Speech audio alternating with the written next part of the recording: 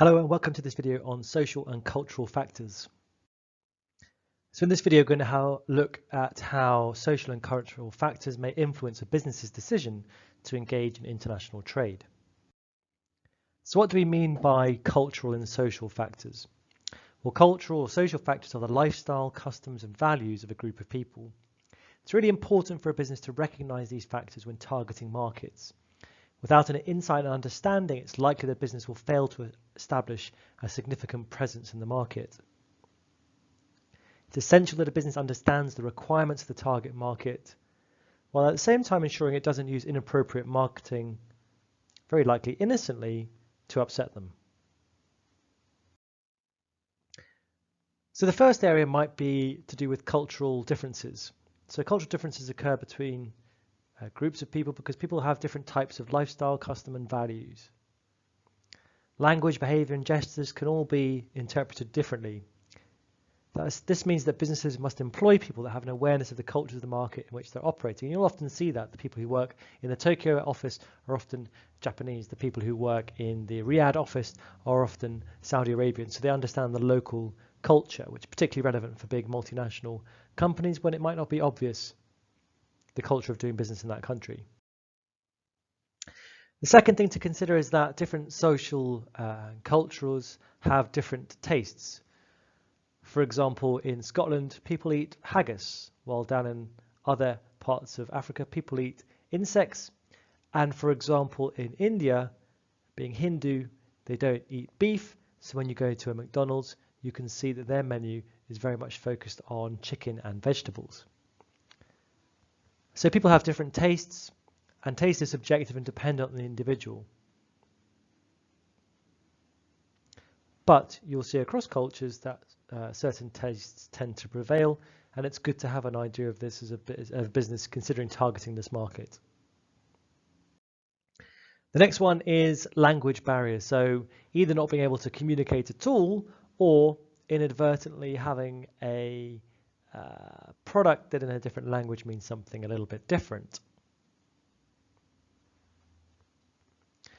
So language barriers can exist, but for most businesses, English is often seen as the business language. So for example, there are many German companies who, even though they work and operate in Germany, use English as their main language because it's then easily understood by all their clients around the world.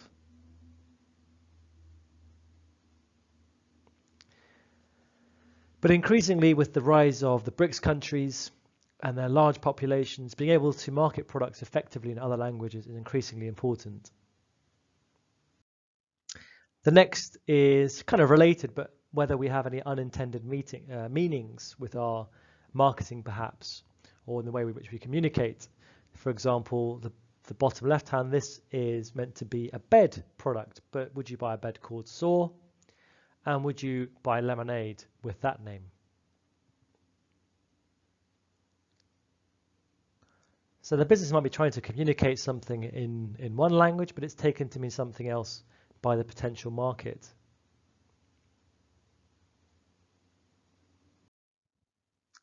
And finally, we have inappropriate branding and promotion.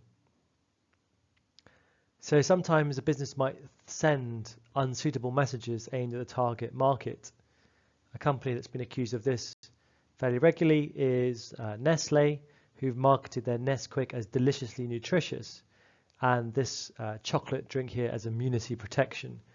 Now, maybe in developed economies we would maybe learn that we would be suspicious of this sort of claim, and in developing economies they might take it more at face value.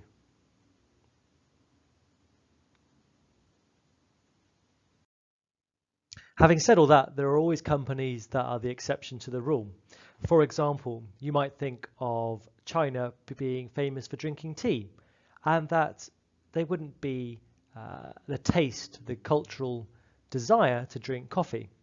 But Starbucks have very successfully expanded into the Chinese market and have found that amongst the growing Chinese middle class, there is certainly a demand for coffee, even if to look at it at face value, you wouldn't have thought it would have been appropriate for that culture. So in this video, we've looked at how a business might have to consider a range of social and cultural factors before deciding whether to engage in international trade with another country. That's it. Thanks very much for listening.